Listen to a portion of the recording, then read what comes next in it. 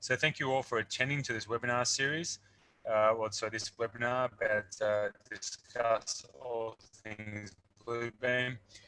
Well, in reality, there's a lot more to Bluebeam that we will discuss today, but we're not here for 8 hours, so let's just keep it short and sharp. So I'll have you for about an hour. Just really want to go over some of the key things that we're aware that clients may be not doing themselves.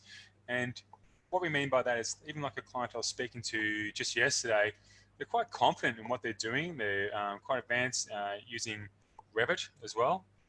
But then I was asking about some challenging questions of how they're using Bluebeam, and there's some key functionality they just weren't sure about, even though other things they're quite on top of. So this webinar is really just intended to see, for you to question how you're doing it, just to challenge yourself. And Bluebeam's not a hard program. It's fairly simple to work out. It's, I think, the biggest challenge of Bluebeam for users, and Bluebeam have realized themselves, is letting people know about the functionality. They originally designed it as a, marketed themselves as a replacement, as an easier markup tool than Adobe. But in actual fact, it's become so much more than that. And they've only, with the new interface since 2018, really stepped up to say, well, hold on, there's a lot more functionality to us than just an Adobe replacement. So hopefully I'll give you some insight today and some little tips and tricks along the way too.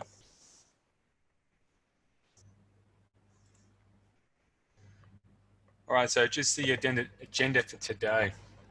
So I'm just going to talk a little bit about us at Cloud A2K. I won't take too long, I promise. Just a bit of an introduction to Bluebeam Revu, and then we'll just get straight to the action. So I'm a tech. I'd rather talk about the tech side of things. I don't really want to go on too long about who we are at A2K and who Bluebeam is and how it all was established. I'm sure you can Google that on Wiki.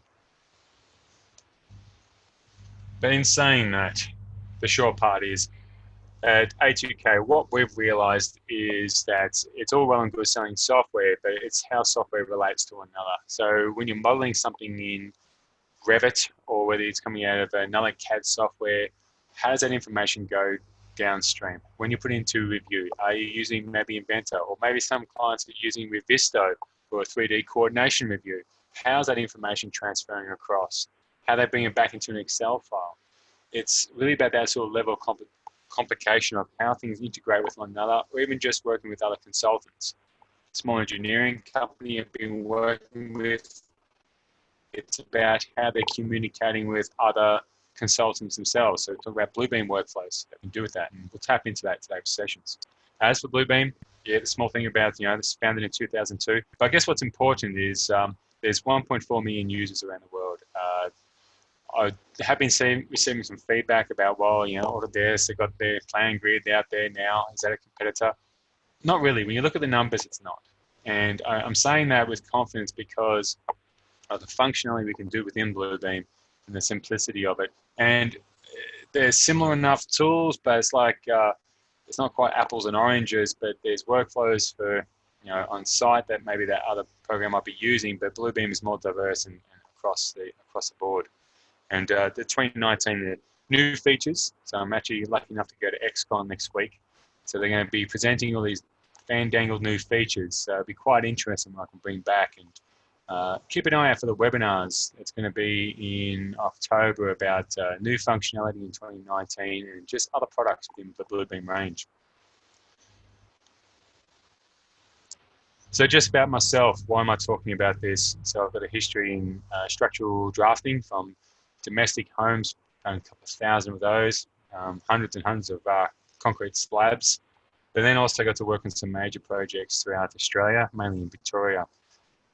Been using Bluebeam since 2014, so you would think there'd be a reasonable amount of experience, but I'm going to be honest with you, while I was at Arcadis as a drafting team leader there, had my license, I think it was CAD version. Couldn't even tell you what actually it was with any confidence, because I just opened up Bluebeam, measure something. Wasn't even using overlay. Definitely not using quite a lot of the features. And here I am, trying to break Revit and really push the boundaries there. But as far as Bluebeam was concerned, I just wasn't even, barely cracked open the lid. What I'm really getting at is this is so common. Not many of our clients I'm just going to throw out a number, maybe 10, 20% of our clients at most are really doing some really good things, like really using the tools quite extensively within Bluebeam. You don't have to use every one; it's not all of them suitable to you. But there's ones in there like a conversation I had with a big construction company just earlier this week.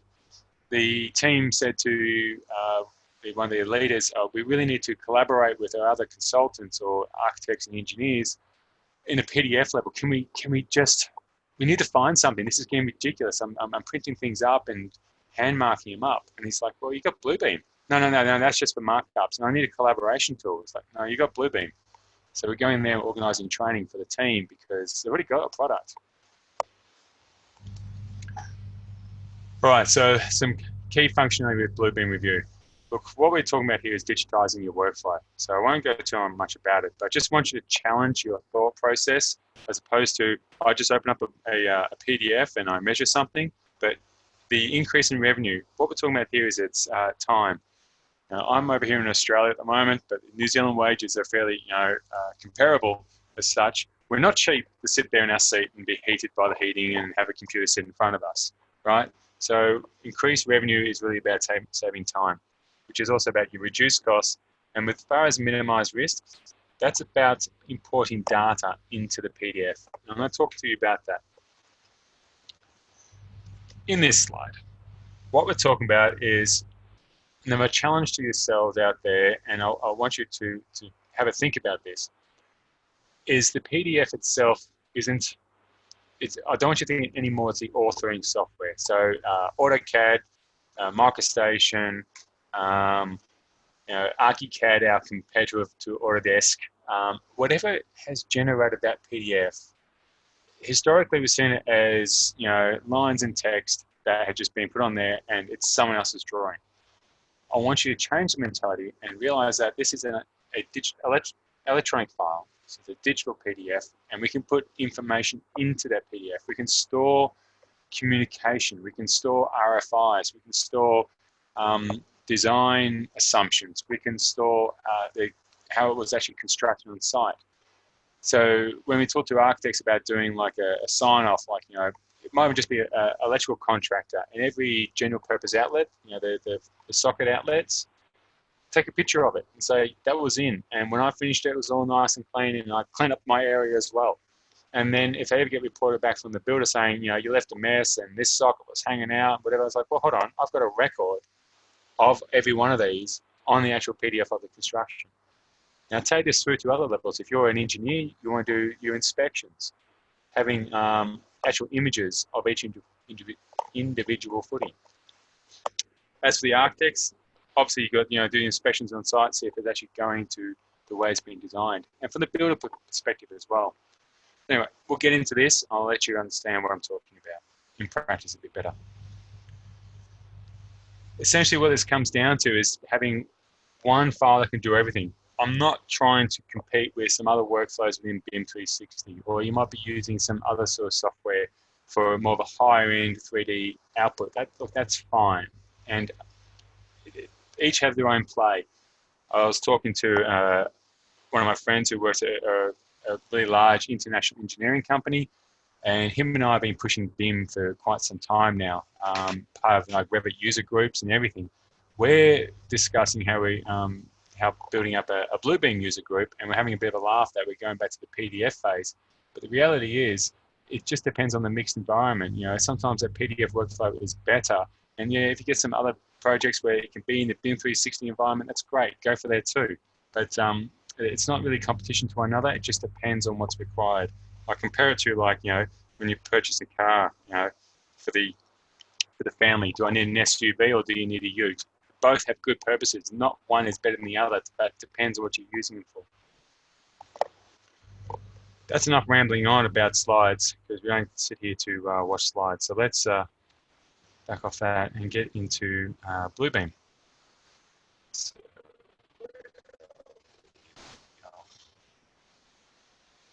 PowerPoint, I haven't turned it on. No.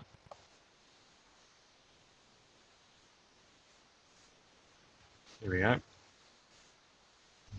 All right. So first thing I always like to talk about is the comparison between vector and raster. Now, the reason for this is because it's actually a very important play within Bluebeam. And also, if you do know about this, I'm going to try and give some other tips and tricks along the way. So one is, starting off here in file access. File access is a really good place where you can actually get some information and I can pin it down. So what I've pinned down here is my raster sample and my vector sample. And if I don't like to show you my history, I can clear all recent events. So what we've been saying to clients is if you're working on a project for several months, it might be specifications referring to, it might be other information like the project files, or I'm not going to do it today, but if you're going to sets, you can save that here as well. So the next thing I'm going to show you today is comparing three sets of drawings in three different ways. The most simplest and very digitizing the paper workflow would be to split screen. So down here in our split screen, I can have our vector and I can have our raster. Now let's start taking this on to a tip about how we then customize Bluebeam. So if you're using this new interface, the 2017 interface has a lot more colorful little buttons here. Now in this interface, we don't have these tools that show up. So these are, the tip to write down is in Tools, Toolbars, it's our status bar. You always want to have this status bar on, so that's F8. Love a great smooth technology workflow. See how we track along. Okay, so I'm not really sure where we lost this, but I'm just going to quickly fly over and say we've got our split screen here that I can zoom in on one and the other. I'm also then going to say that we have our raster here on the left and vector on the right. My point was that this has been heavily pixelated, or a really good example of a bad raster from Bluebeam, but it just shows that it's quite pixelated. The way you can tell if it is a raster, because the interesting thing is raster is such a varying scale. There's nothing that clearly says, oh, that's definitely raster as far as just looking at it. Because I've received drawings that look as sharp as this, and I zoom in and it's still sharp, but it's actually a raster. The way to tell this is actually go into your select text, and I try and select that text, and it won't work. And to prove what it does work, I can go over here, oops, and it does work. So I can do a Control-C, Control-V, and I have my vestibule. Try that again. On the same word in the raster, I've got nothing. Basically what's happened is, this is real text, this is real information coming through. True type fonts is ideal for a PDF, where this is just an image that looks like text. You can use an extreme version of Revu that will have optimized character recognition, OCR, and that's really good if you are receiving maybe documents, maybe historical documents or whatever you want that you need to put invisible images on. Now, the other part that comes into this is that if you have doing some lines, so if I want to do a markup on this, I've got my snap to content, I can actually snap to this content here and do a markup. And I should have the reuse tool on. Drawing a line, there we go. If I try this again inside my raster, doing a snap to, I can't actually snap to it. I can eyeball it, which is okay for a markup, but realistically, it's going to take a little bit longer. And if you are doing measurements, you could be out by a certain percentage, where if that's part of your costings or your engineering or your room allowances, you want to actually make sure that's right. So you really want to work with vector, which is all CAD software can print out to. Just as an interesting point, even on raster at times, it will give you a snap to point. It just depends on the quality of the raster. All right, that's one simple workflow.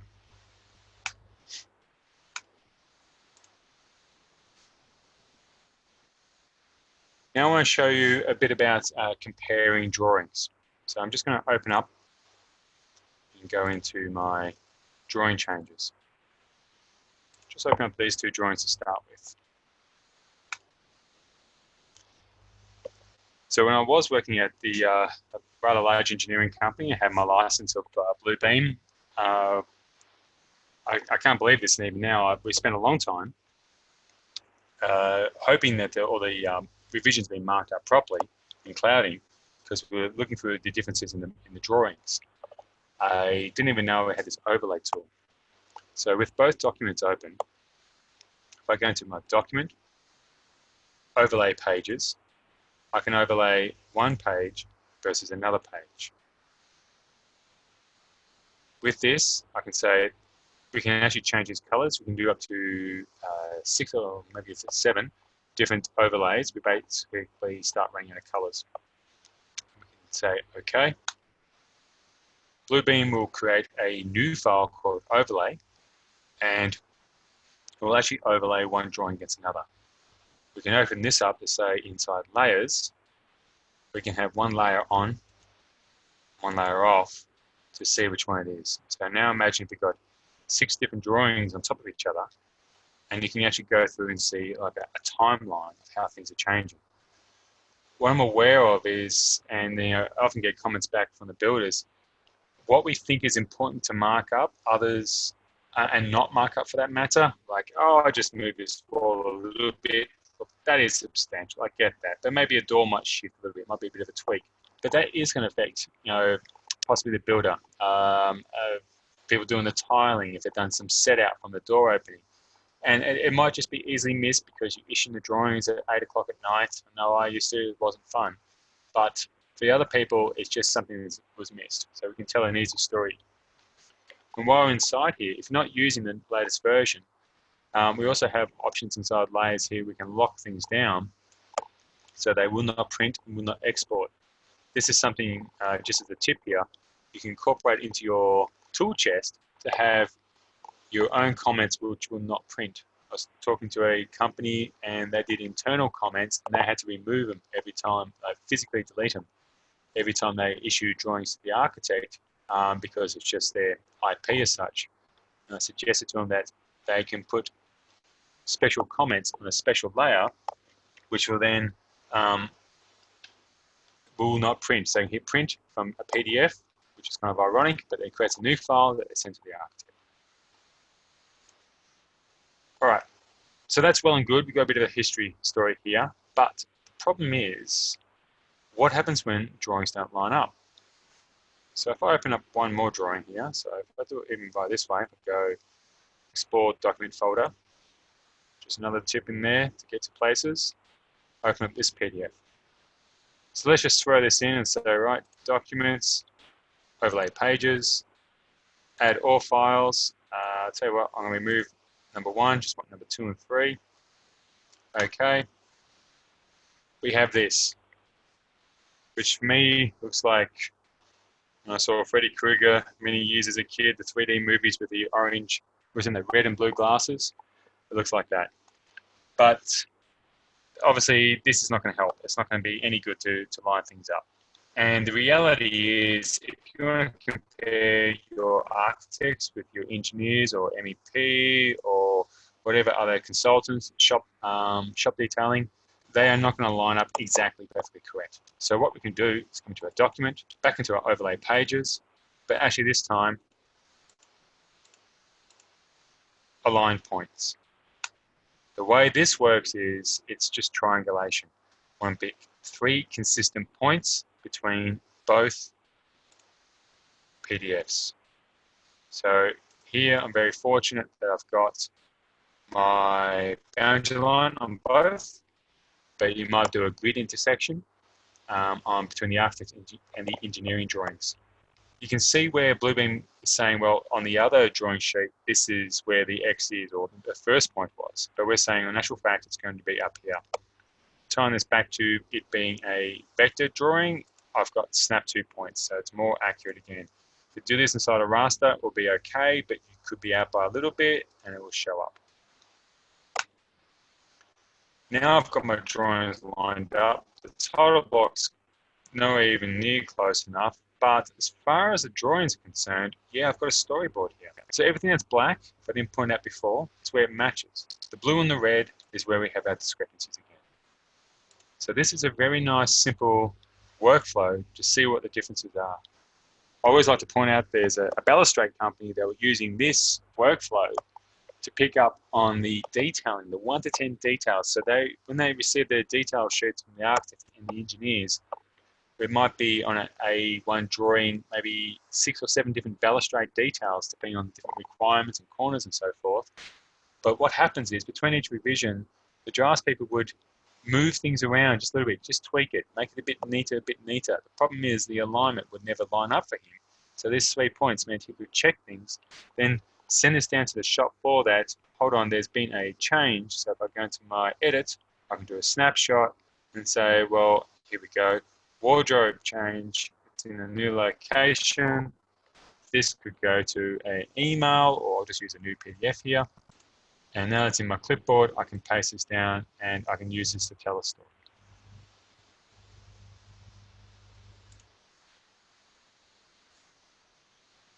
Just see if we've got any questions on that one there.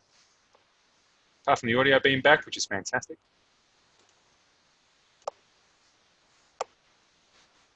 Another area to look into, and I'll just keep it simple with just revision 1 and number 2, is we can use the document and compare documents. So the way this works is we only got 2 options we can compare, one versus the other. So I can do my revision 1 against my revision 2. Yes, you can have multiple pages you want to compare inside this as well. So you can group combine, 20 drawings or whatever you need from revision 1 against revision 2. And this will then, part of its default settings, split the screen and put a cloud around the differences and turn on this synchronization again. So inside here, we've got some clouds around here. Sure enough, this number has changed. And this number has changed. Bear in mind, it will do the master bedroom tag has changed. So I can do things like click on this, right click, unlock it and say, well, I don't need to complain about that. That's kind of obvious. As for this, well, I need to look more into this. I've kind of preferenced the other feature I was just showing you, but this is actually interesting too. I kind of joke around called the Aiken-X workflow, because if you want to send a grumpy email back to another consultant saying this is how your drawings should be clouded, get Bluebeam to do it. On a more constructive way, a less offensive way, I guess, if you're using any type of CAD software, and I've had the situation where we've been working on it for weeks, and you may not actually be revising and putting revision clouds on everything because you know it's going to chop and change in the next couple of weeks before you reissue. Had I known this years ago, I would have done a batch comparison or between my drawings that I did issue and what I'm about to issue, and get Bluebeam to do the clouding for me. I could then give that to a junior staff and say, right, there's your revision cloud markup.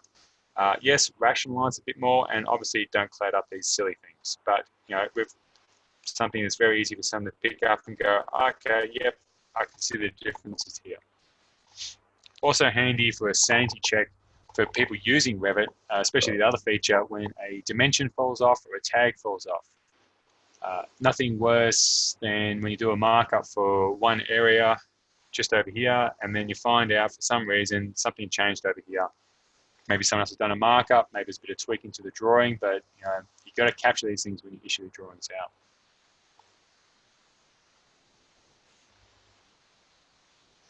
There is also options inside Bluebeam for batch comparisons, which I will not go through today, but you actually can do a whole batch, a batch overlay pages and a batch compare documents as well.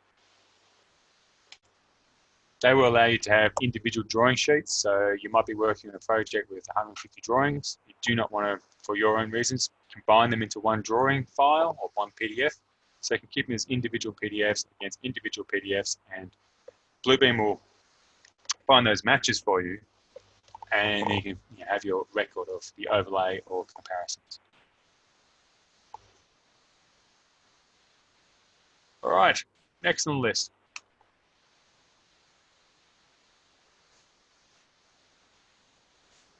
Tracking site issues. So I said to you at the very start about how we can put data into the PDF.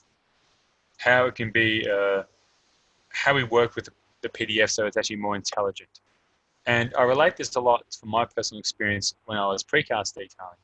We would have a folder that would have all the drawings inside there. We also back then have, can you believe, the faxes that we would send to the precasters and to the builders.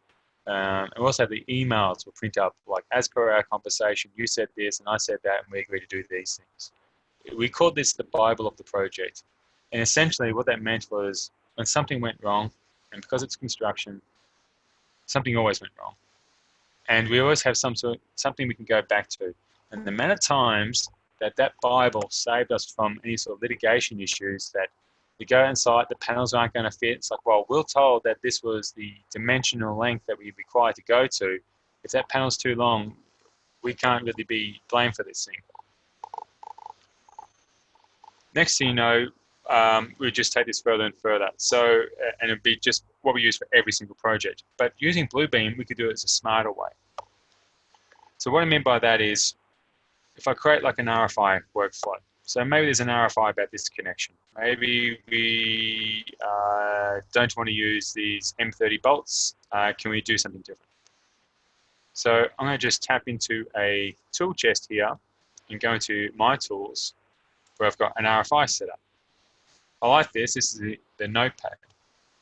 This is simply coming from tools, markup, and note. Not notepad, note. What I like about this is I'm a big fan of colors because they're much easier to define, and we can choose a whole range of colors that are easy to see by everyone. You know, even pay attention to people with colorblind issues, of course. But we've also got different symbols, so there's quite a lot of opportunity inside this. So inside this drawing, I've got my RFI little note. So anytime you see this little red note, you know there must be an RFI. So it's easy enough to pick up. And from here, I can say an RFI, and I do what I call like breadcrumbs, which is just a short story, very, very short and brief. So if you're going through my drawings because I've left a company, I'm on holiday, I'm not contactable for whatever reason, you can quickly double click on this and say, is that the RFI I was looking at? So it's RFI number 25, and I say, capitals is easy to read, bolts to the M24 bolts, for argument's sake. That's all the RFI needs to say. As for the RFI itself that I would send to the engineer, I would say create a new PDF. In here, I'm going to tap into something called forms. I'm going to go too much into how you build a form, but other than to say, forms is preset areas of where information needs to be. So it's really easy to set up information here. I can put in today's date. This is a US standard, so if I do try to put in the 21st of the 08 2019, it's going to tell me that doesn't work because I need month, date, and year. I can set this to a Australian standard, or sorry, I should say New Zealand standard as well. My apologies.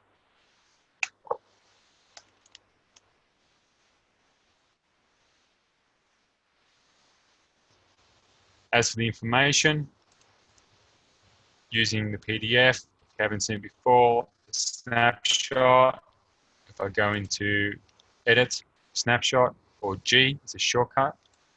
So I can say this is the snapshot. I want it nice and simple, that when someone else sees it, it's easy to identify. I have to make that a lot smaller.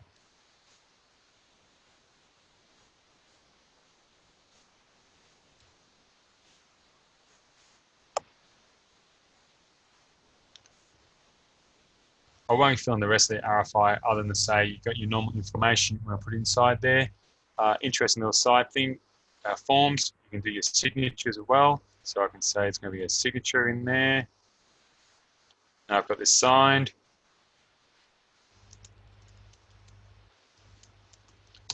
The idea of a signature is now it's been signed, it can't be changed.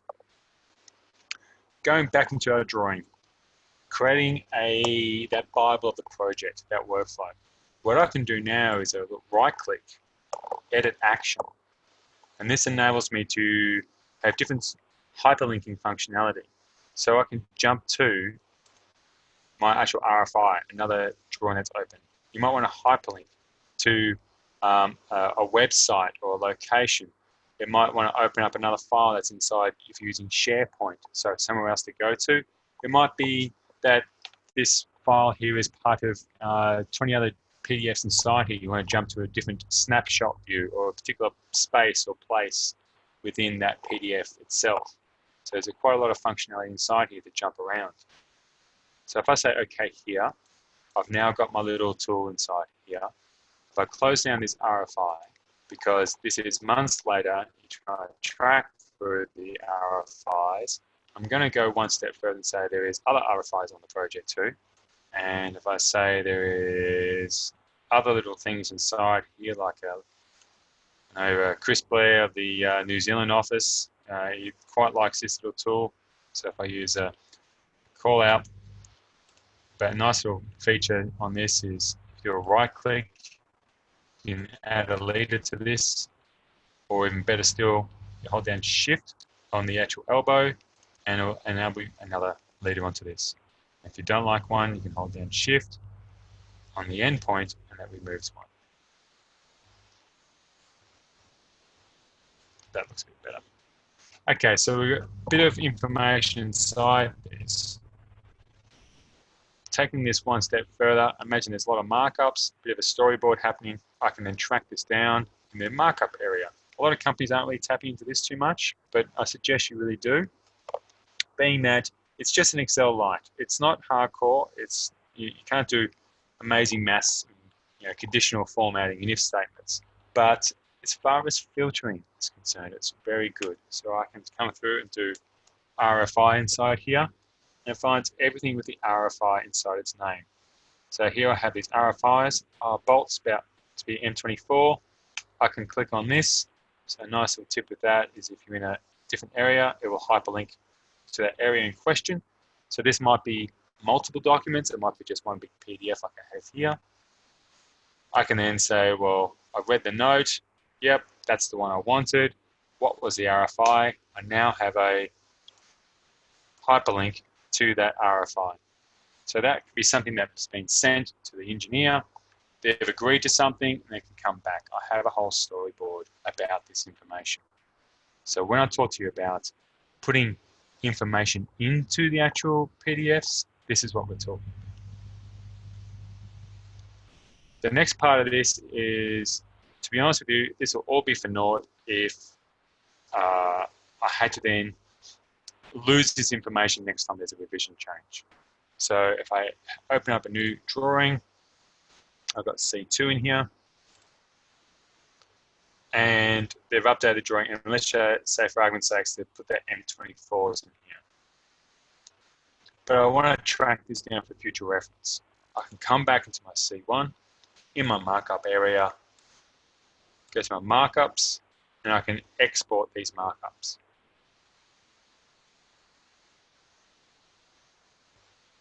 Put this into my drawings, go into my new version, get my markups, and I can import the markups I just sent out.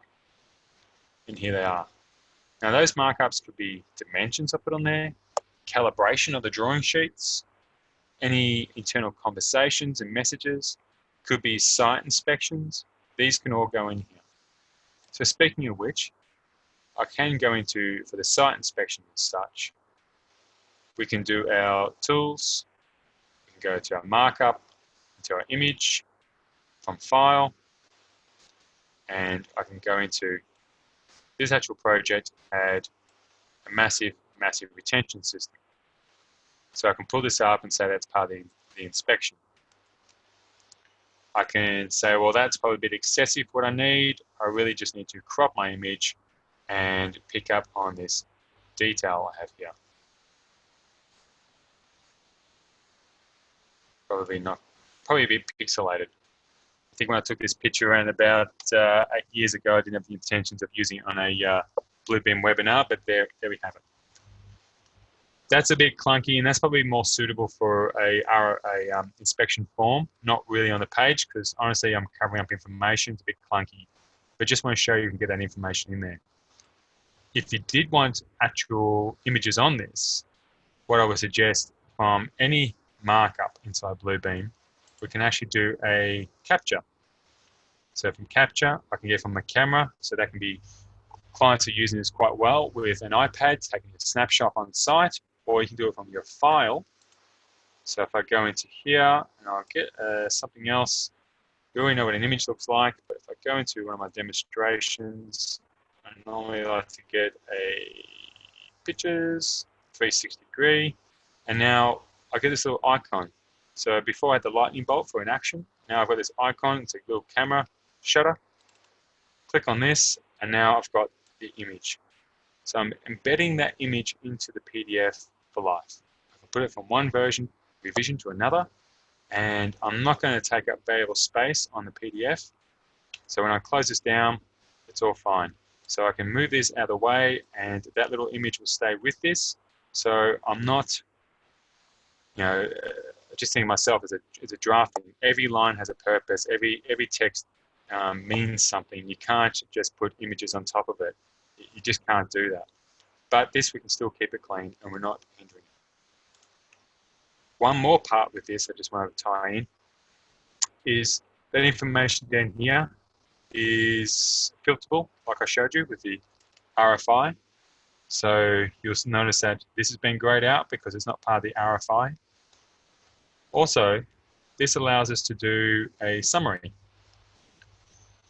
So talking to a client in Sydney just yesterday, they use this summary to track their markup revisions. So for them, they could do a CSV summary. So inside here, we could say in our columns, we could choose, I don't care about the layer or the space or the number of panels, but we could definitely go into a filtering and say subject just needs to contain the word RFI. We can then save this configuration and then load this configuration into another bunch of drawings. And then for output, we go to a CSV file. I can then say OK. Sorry. And now we have our CSV file information. So we can talk about the RFIs and what they are. So lots of information can come into here. If you're doing quantity takeoffs, you can spit information into here.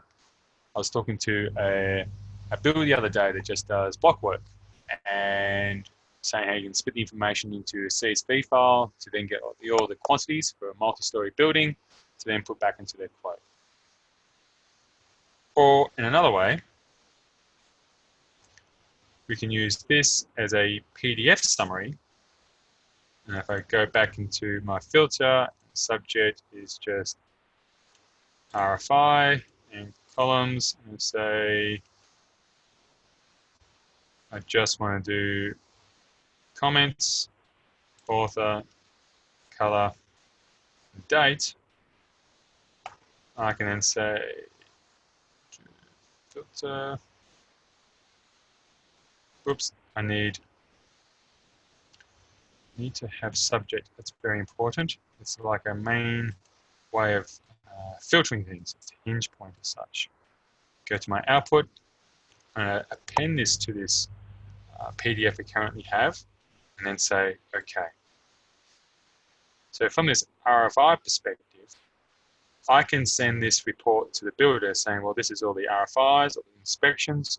Or I was talking to a client, they were doing scaffolding, and I was doing like a quantity takeoff for pricing, for tendering for projects. And I was overhearing the couple of site guys talking about issues they're having with variations on site and tracking those variations. So they already have Bluebeam licenses. I quickly showed them this little workflow.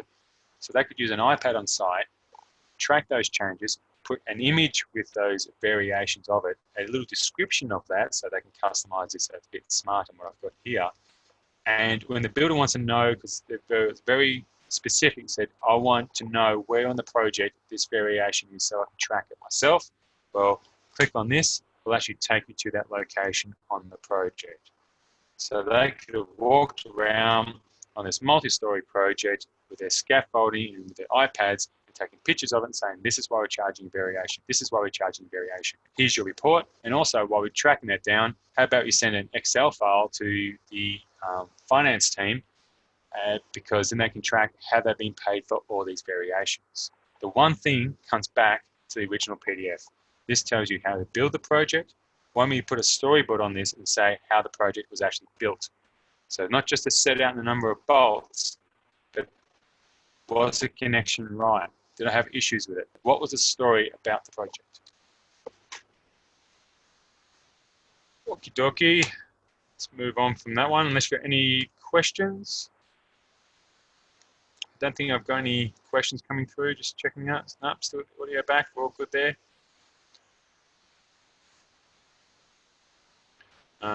Yep, that's all right. Questions and answers. Very good.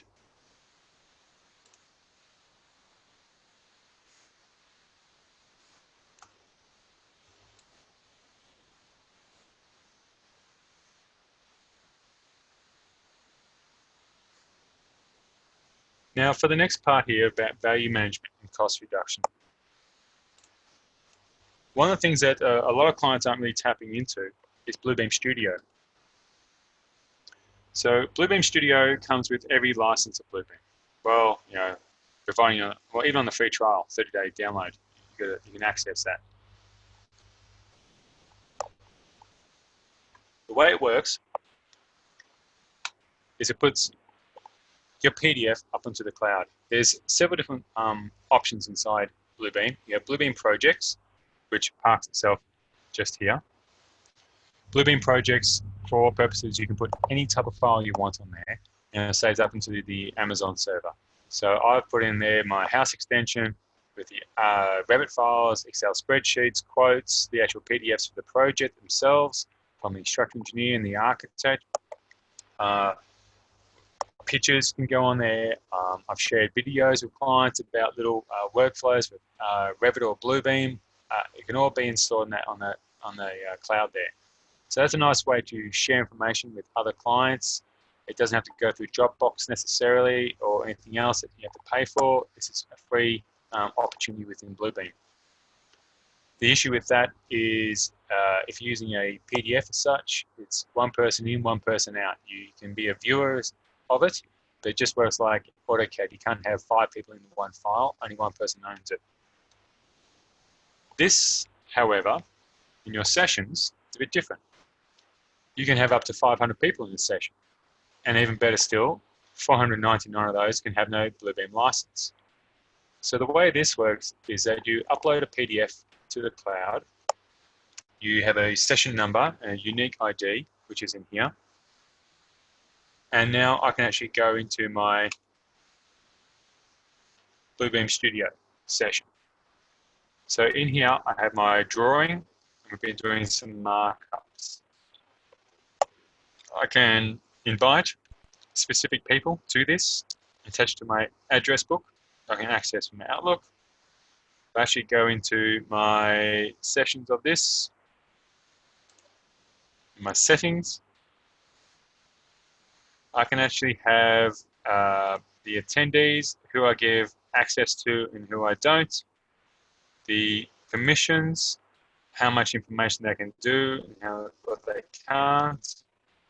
Also, there's an opportunity inside this that you can have it just open to anyone, or you can have it only if they've been emailed and they have been provided access to this.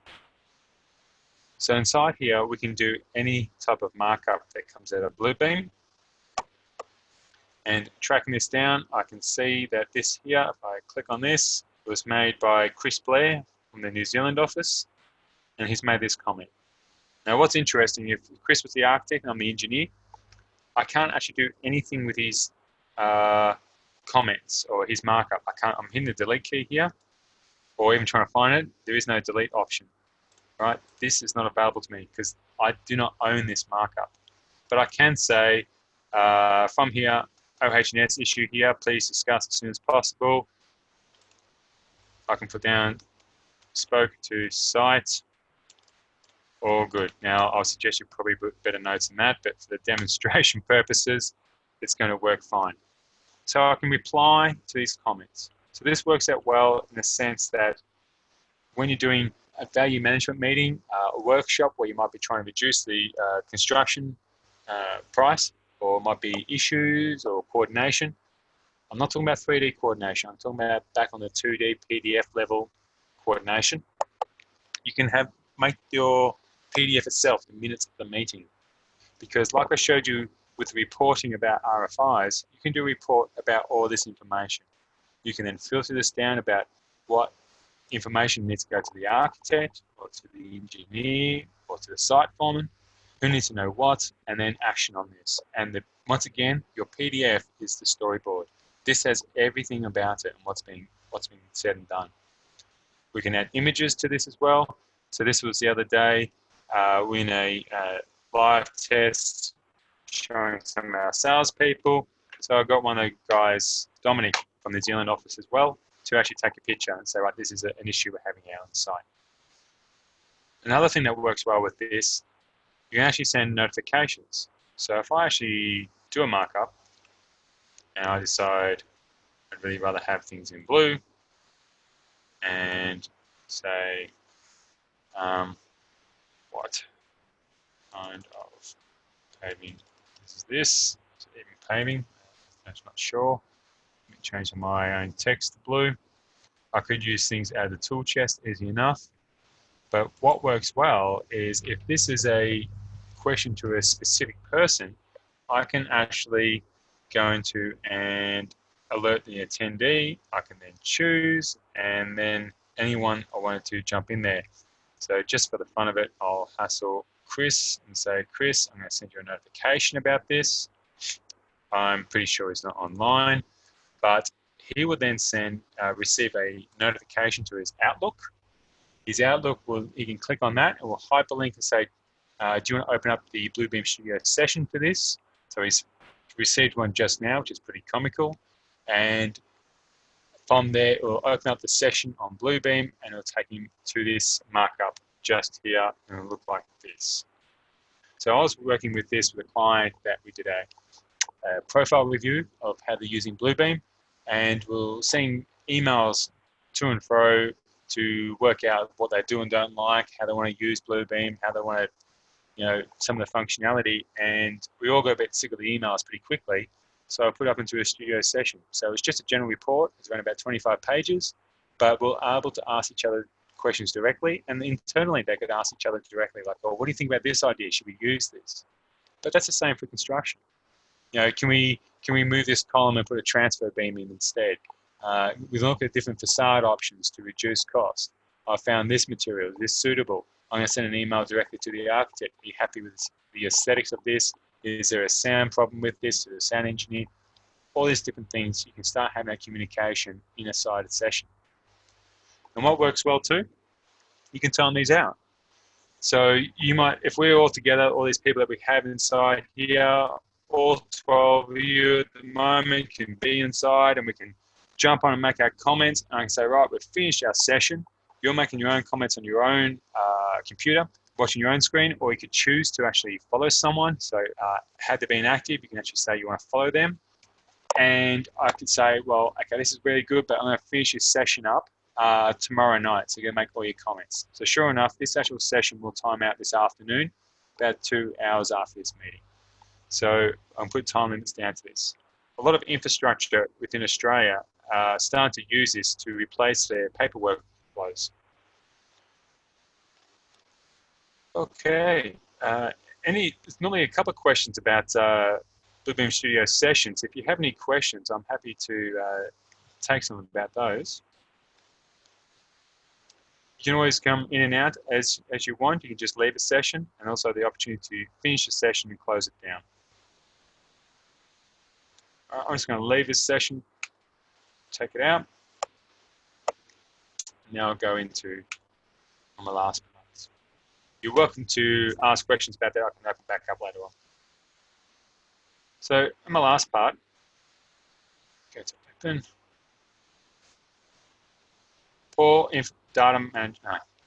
Data poor information on site. So what we're talking about here is getting a model on site.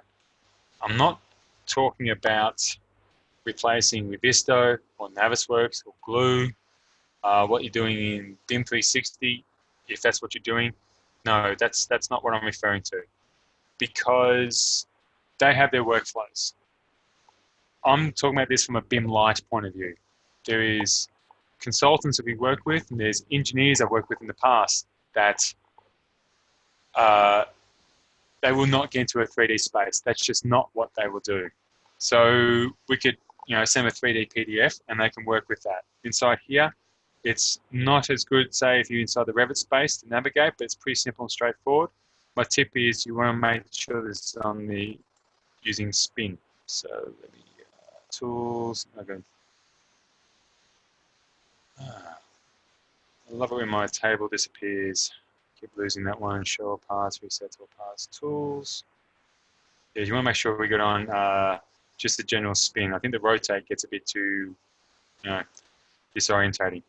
The tip with this is, if you want to see something specifically, you need to do a right click, and we need to say center this part, because Bluebeam actually has a location. Just zoom down. It actually has a blue little dot. That's the center of the PDF, and that's where the part needs to move to. So I can click on this, and I can center this to the point, and now I can rotate about that. If I want to focus on this more, I can isolate this object and spin that around. So we're not trying to find some of those other softwares out there, but we can bring in IFC files if you have the CAD version of Extreme. And even taking this further, you can show all parts. We can start to see the actual data that's coming out of this. This has been printed from Revit. We can see the information that's come out of this, and we can take this further. We can get custom parameters with this in this as well. So I've been talking to interesting enough to clients that might be using Bluebeam to do a markup to say, I'll get the area take off. I'm saying, well, if you've got a 3D PDF, that's actually got the information there for you. How much block work do you need? Well, you actually have, you want to do by length, that's fine, but they actually give you a total volume. It's all inside here. As far as markups, it's very simple to actually do the same markup process that you've been doing in a 2D sense, using the Toolchest to come out and to use it. That's fine. And then coming out of this from X. So this can be part of your coordination and communication, just keeping it simple at a PDF level. What I like about this, short of a bit of disorientation and working out how it rotates, if someone's already been using a Bluebeam for a couple of months, training on using this is going to be quite easy. Open up Navisworks, you got a whole kaleidoscope of buttons. Great tool, love it. You need some training to know how to use it. Training on this is not going to be hard at all. We also have opportunity with this. We can start to actually move things around. Really need to get my little parts up here. Let me see. View. Get to where is. Don't like it when it disappeared on me. I've done something silly one time. Do not. Markup view. No. All right. I normally have a little table up inside here, and it'll help me do my little quick flow around. There's just my, this one, yay. Right, so inside here you can actually click on objects, and I can actually say I want to move an object, and this would be best located over here. That's probably a bit ridiculous, but that could say you want to hide that element. Let me get rid of this one. I want to hide this element, and for whatever reason we need to move this stair, and the best located over here. I can then come through with my markup and say text box, probably should be in Cloud Plus, move, stair, keeping very simple. I hope you don't do markups as bad as this one, but the information can be put inside here.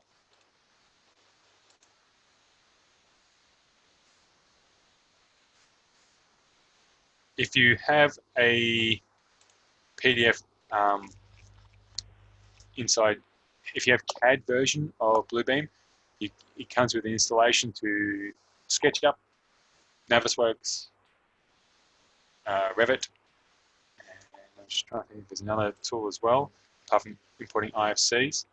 And with that, you can actually do a 3D PDF of just a localized area. So we've got this one here, so we've got our PDF, and should see if I can actually find it. There is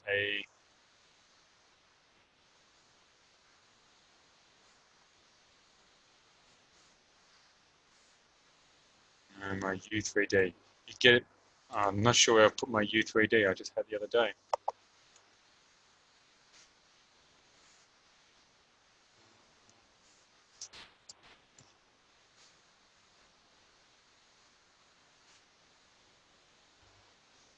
So I can actually create a U3D on the actual PDF. I want to take this back. That looks a bit clunky, doesn't it? So if I do my, let's hope I can get it to sit here.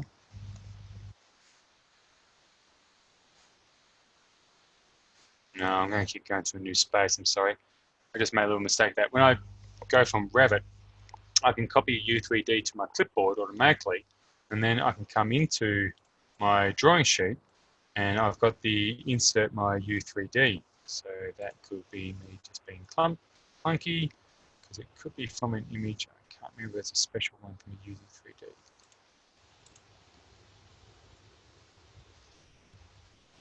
I'll have to get back to you on that one. This one maybe.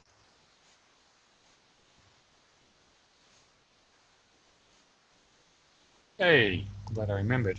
So what I'm saying here is you could start putting complicated areas. So it's a flat PDF here, but I've got a story. So from architects, complicated little connections as far as detailing, you might do a U3D.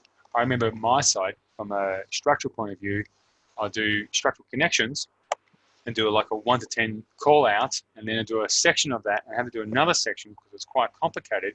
Now I'm saying, well, and even then you still get an RFI saying, I'm not quite sure what happens over here, but that could be a U3D connection, showing you how that works. So you can start to use it that way. All right, that sums up the demonstration today. Let me get back to my